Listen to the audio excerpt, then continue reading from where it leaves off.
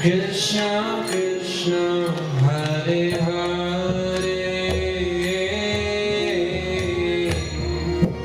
Hare Rama Hare Rama Rama Rama Hare Hare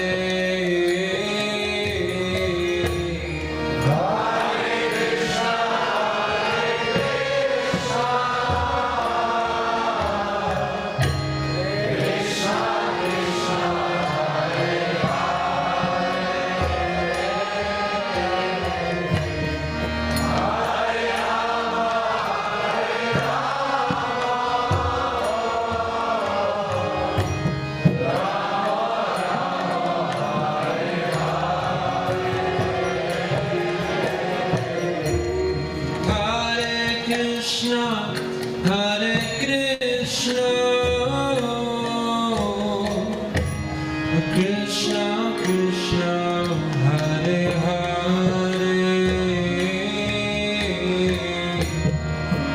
Hare Rama, Hare Rama,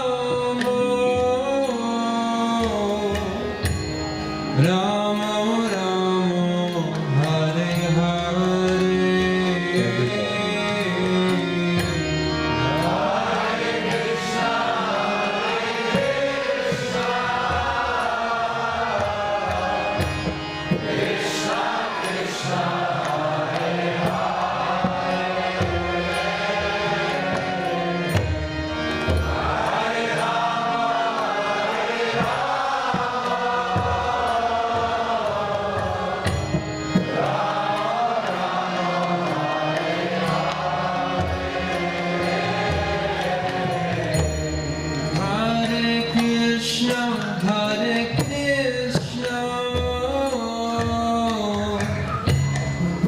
Krishna Krishna, Hare Hare, Hare Rama, Hare Rama, Rama Rama,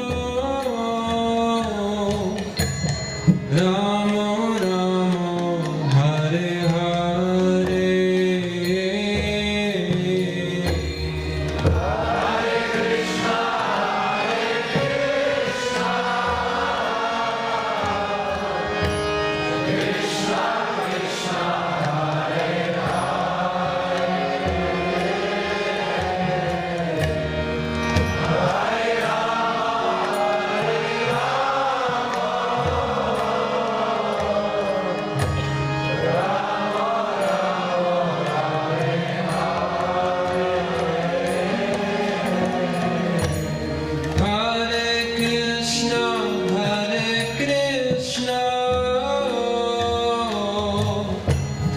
Krishna Krishna, Hare Hare, Hare Rama, Hare Rama, Rama Rama, Hare Hare.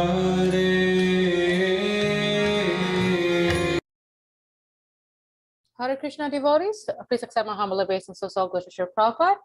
Welcome devotees to our evening Bhagavad Gita circle reading program. This evening we will be reading from chapter 6, starting from verse 13 on. And the chapter is entitled Dhyana Yoga, and it will be read and explained to us by His Grace Prakshit Prabhu from ISKCON Harrisburg. And without further delay, we'll jump straight into it. Hari Bol. Hare Krishna. Namo Vishnu Padaya Krishna Prestaya Bhutale Srimati Bhaktivedanta Swaminiti Namini Namaste Saraswati Devi Gauravani Pracharini Nirvishesha Sunyavari Paschathyadi Sitarini Jai Shri Krishna Chaitanya Prabhu Nityananda Sri Dvaita Gadadha Sivachari Gaura Bhaktavinda Hare Krishna Krishna Krishna Hare Hare Hare Ram Ram Ram Hare Hare Hare Krishna Krishna Krishna Hare Hare Hare Rama Rama Rama Hare Hare Hare Krishna Krishna Krishna Hare Hare Hare Rama Ram Ram Hare Hare. Time. So, good afternoon, dear devotees. Accept my humble obeisances of glories to Srila Prabhupada. So we continue today chapter 6, text 13 and 14. Samam kaya shiro grivam dharayan achalam shira sampreksha nasika gram swam dishashchana valukayan prasantatma vigatabir brahmachari vatesita manasamya yamajjitu yukta asita matpara. Translation by His Divine Grace Srila Prabhupada. One should hold one's body, neck, and head erect in a straight line and stare steadily at the tip of the nose. Thus, with an unagitated, subdued mind, devoid of fear, completely free from sex life, one should meditate upon me within the heart and make me the ultimate goal of life. Purport by Srila Prabhupada. The goal of life is to know Krishna, who is situated within the heart of every living being as Paramatma, the four-handed Vishnu form. The yoga process is practiced in order to discover and see this localized form of Vishnu and not for any other purpose. The localized Vishnu Murti is the plenary representation of Krishna dwelling within one's heart. One who has no program to realize this Vishnu Murti is uselessly engaged in mark yoga practice and is certainly wasting his time. Krishna is the ultimate goal of life, and the Vishnu Murti situated in one's heart is the object of yoga practice. To realize this Vishnu Murti within the heart, one has to observe complete abstinence from sex life. Therefore, one has to leave home and live alone in a secluded place, remaining seated as mentioned above. One cannot enjoy sex life daily at home or elsewhere and attend a so-called yoga class and thus become a yogi. One has to practice controlling the mind and avoiding all kinds of sense gratification, of which sex life is the chief. In the rules of celibacy written by the great sage Yajnavalkya, it is said, Karmana manasa vacha sarvavastasu sarvada savatra maituna tyago brahmacharyam prachakshate. The vow of brahmacharya is meant to help one completely abstain from sex indulgence in work, words, and mind at all times, under all circumstances, and in all places. No one can perform correct yoga practice through sex indulgence. Brahmacharya is taught, therefore, from childhood, when one has no knowledge of sex life. Children at the age of 5 are sent to the Gurukula, or the place of the spiritual master, and the master trains the young boys in the strict discipline of becoming brahmacharis. Without such practice, no one can make advancement in any yoga, whether it be dhyan, gyan, or bhakti. One who, however, follows the rules and regulations of married life, having a sexual relationship only with his wife, and that also under regulation, is also called a brahmachari. Such a restrained household of brahmachari may be accepted in the bhakti school, but the gyan and the gyan schools do not even admit household of brahmacharis. They require complete abstinence without compromise. In the bhakti school, a household of brahmachari is allowed controlled sex life because the cult of bhakti yoga is so powerful that one automatically loses sexual attraction being engaged in the superior service of the Lord. In the Bhagavad Gita, chapter 2, text 59, it is said, Vishaya vinivartante niharasya Niraharasya dehina rasavajam rasopyasa param disva nirvatite. Whereas others are forced to restrain themselves from sense gratification, a devotee of the Lord automatically refrains because of superior taste. Other than the devotee, no one has any information of that superior taste. Vigata B. One cannot be fearless unless one is fully in Krishna consciousness. A conditioned soul is fearful due to his perverted memory, his forgetfulness of his eternal relationship with Krishna. The Bhagavatam, Canto 11, Chapter 2, Text 37, says, Hayam Dvitiya Bini Vishata Syad Isyat Apetasya Vipavyayo Smriti. Krishna consciousness is the only basis for fearlessness. Therefore, perfect practice is possible for a person who is Krishna conscious. And since the ultimate goal of yoga practice is to see the Lord within, a Krishna conscious person is already the best of all yogis. The principles of the yoga system mentioned herein are different from those of the popular so-called yoga societies. Text 15. Yunjan eva sadatmatnam yogi niyatamanasa shantim nevyana paramam matsamstam adigachati. Translation by Srila Prabhupada. Thus, practicing constant control of the body, mind, and activities, the mystic transcendentalist, his mind regulated, attains to the kingdom of God or the abode of Krishna by cessation of material existence. Purport by Srila Prabhupada. The ultimate goal in practicing yoga is now clearly explained.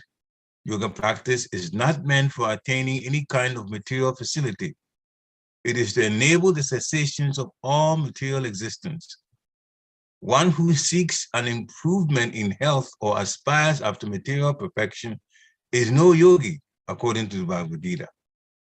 Nor does cessation of material existence entails one's entering into the void, which is only a myth. There is no void anywhere within the creation of the Lord. Rather, the cessation of material existence enables one to enter into the spiritual sky, the abode of the Lord. The abode of the Lord is also clearly described in the Bhagavad Gita as that place where there is no need of sun, moon, or electricity. All the planets in the spiritual kingdom are self-illuminated, like the sun in the material sky. The kingdom of God is everywhere, but the spiritual sky and the planets thereof are called Param Dhamma, or superior abodes.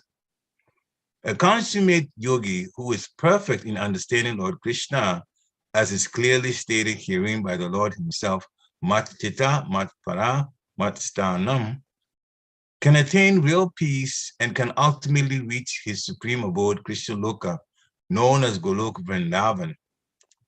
In the Brahma Samhita, chapter 5, text 37, it is clearly stated, Goloka eva nivasatya kilatma uta.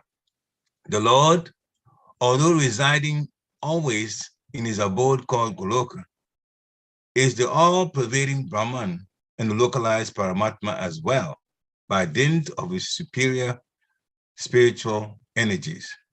No one can reach the spiritual sky, Vaikuntha, or enter into the Lord's eternal abode, Goloka Vrindavan, without the proper understanding of Krishna and his plenary expansion, Vishnu. Therefore, a person working in Krishna consciousness is a perfect yogi because his mind is always absorbed in Krishna's activities. Savai Mana Krishna Pararabindayo. Srimad Bhagavatam, 9th Canto, 4th chapter, text 18. In the Vedas also, Svetashvatar Upanishad 3:8, we learn Tam Eva viditvati metyam iti. One can overcome the path of birth and death only by understanding the Supreme Personality of Godhead, Krishna. In other words, perfection of the yoga system is the attainment of freedom from material existence and not some magical jugglery of gymnastic feats to befool innocent people. Text 16. Natyas natas tu yogosti nache kantam anastana nata nachari swapna silasya jagrato neva charjuna. Translation by Srila Prabhupada. There is no possibility of one's becoming a yogi or Arjuna if one eats too much or eats too little, sleeps too much, or does not sleep enough. Purport by Srila Prabhupada. Regulation of diet and sleep is recommended herein for the yogis. Too much eating means eating more than is required to keep the body and soul together. There is no need for men to eat animals because there's an ample supply of grains, vegetables, fruits, and milk. Such simple foodstuff is considered to be in the mode of goodness according to the Bhagavad Gita. Animal food is for those in the mode of ignorance. Therefore, those who indulge in animal food, drinking, smoking, and eating food which is not first offered to Krishna will suffer simple reactions because of eating only polluted things. Punjate te tvagyam papa ye pachantyatma karanat. Anyone who eats for sense pleasure or cooks for himself, not offering his food to Krishna, eats only sin. One who eats sin and eats more than is allotted to him cannot execute perfect yoga. It is best that one eat only the remnants of foodstuff offered to Krishna. A person in Krishna consciousness does not eat anything which is not first offered to Krishna.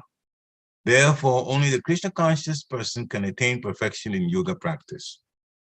Nor can one who artificially abstains from eating, manufacturing his own personal process of fasting, practice yoga. The Krishna conscious person observes fasting as it is recommended in the scriptures. He does not fast or eat more than is required, and he is thus competent to perform yoga practice.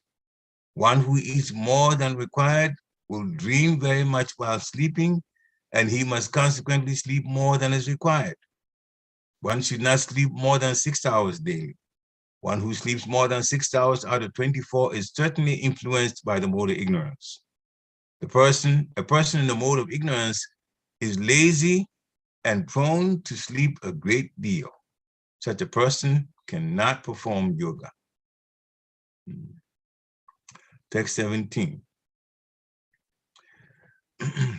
Yuktahara virharasya, yukta cheshtasya karmasu, yukta swapnavabodhasya, yogo bhavati dukkha.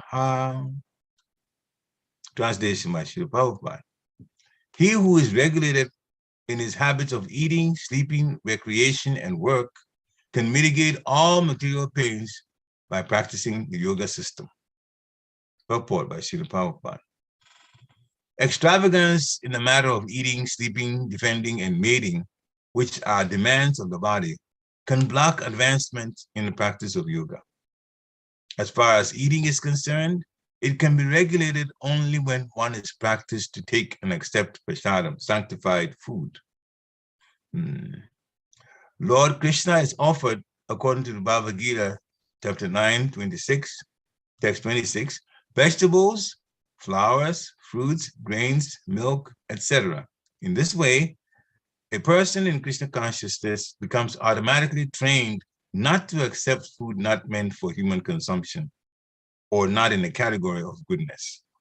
As far as sleeping is concerned, a Krishna conscious person is always alert in the discharge of his duties in Krishna consciousness, and therefore any unnecessary time spent sleeping is considered a great loss. Abhyata Kalatvam. Chaitanya Charitamrita. Chaitanya Charitamrita, text chapter 23, text 18 and 19. A Krishna conscious person cannot bear to pass a minute of his life without being engaged in the service of the Lord. Therefore, his sleeping is kept to a minimum.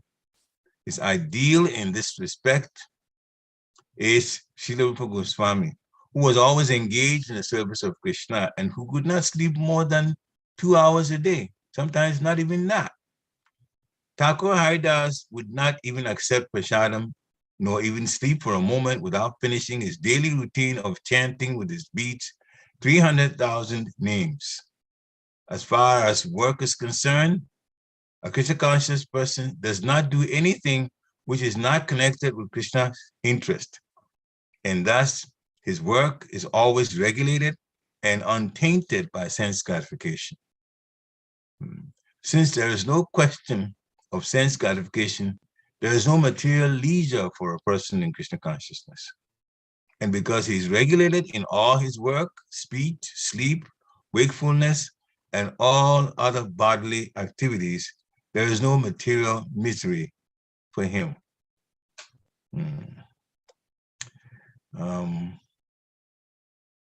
This next text will probably go well over 620 if I do it.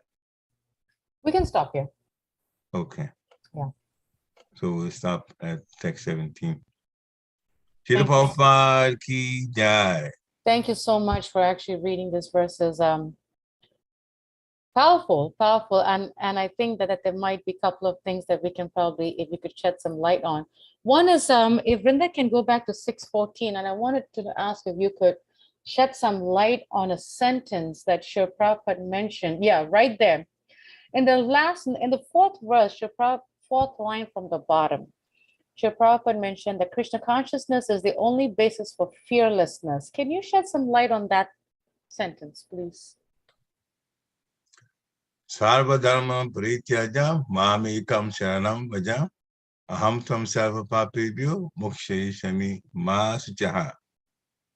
Krishna consciousness is the only basis for fearlessness because Krishna himself says, as long as we abandon other religions and surrender to the Supreme Personality of Godhead, then he will save us from all sinful reactions. Do not fear. Ma suchaha, do not fear. And when you don't fear, then that's the basis for, because of Krishna consciousness, then Krishna consciousness is in fact the basis for fearlessness. And in other parts of the Shastra, it's also said, fear personified is afraid of Krishna. Therefore, if we are surrendered to Krishna, and fear personified is afraid of Krishna, then the one we are surrendered to will in fact protect us from fear or fearlessness. Therefore, we need not fear. And so I remember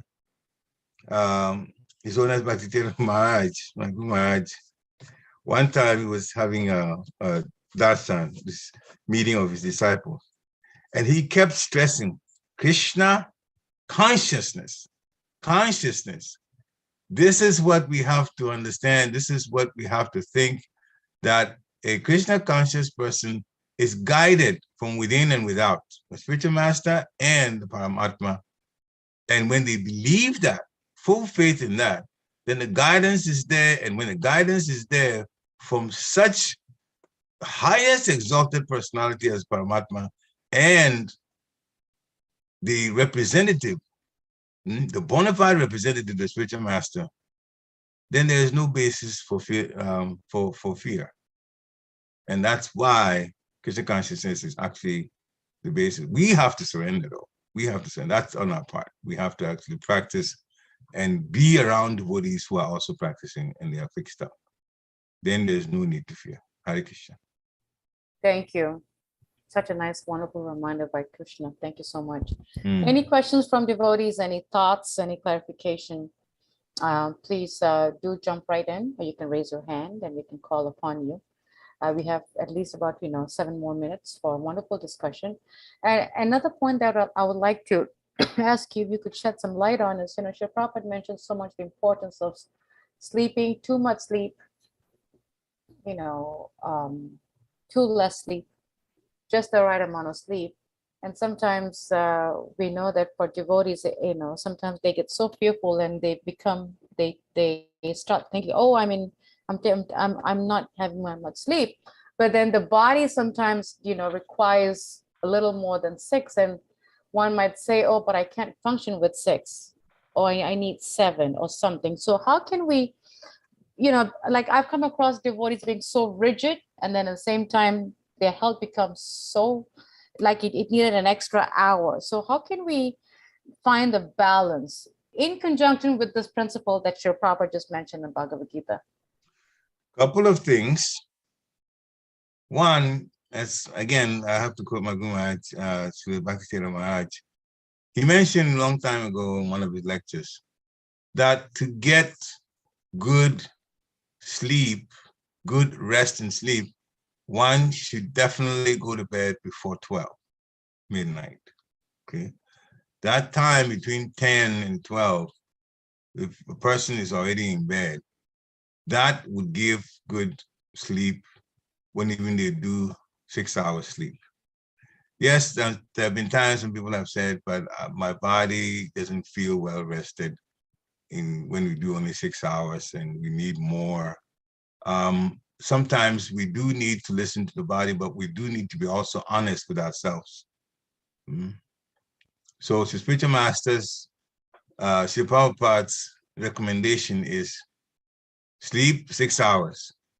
So we should try to get into the habit of sleeping 6 hours, but also if we sleep before 12 o'clock and we do 6 hours, we are going to wake up 6 hours later, which is pretty much the Brahma Muhurta hour, and also a good time to chant and chant good quality rounds too. And sometimes we get into a rut, this is happening, I have this to do, I have that to do. And therefore we don't really want to stay with the 6 hours that Srila Prabhupada talked about. But many times we don't remember that if you obey the spiritual master's instruction, then Krishna gives the mercy.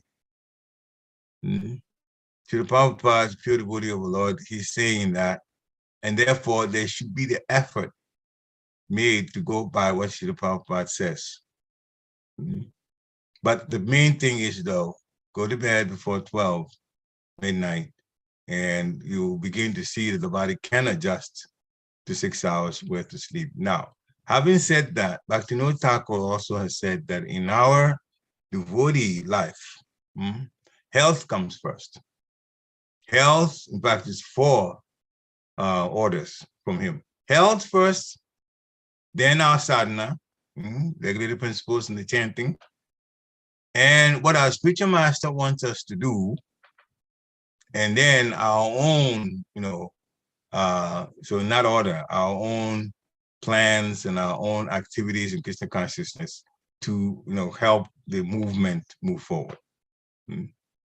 So that's like that. So health sometimes requires that we take into consideration the body's being able to function optimally. And for that reason, if some things are changed, then, it's because the body needs that particular type of help.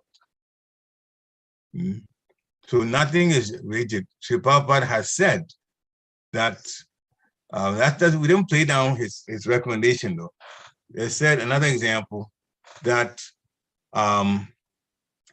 using the bulls for tilling the ground is more the goodness way to do things. It's wonderful for sowing, for planting, and so on.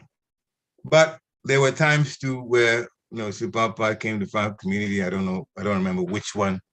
And there were fewer devotees there and they were using tractors. And they asked Sri Prabhupada, I know you've talked to us about bulls and tilling.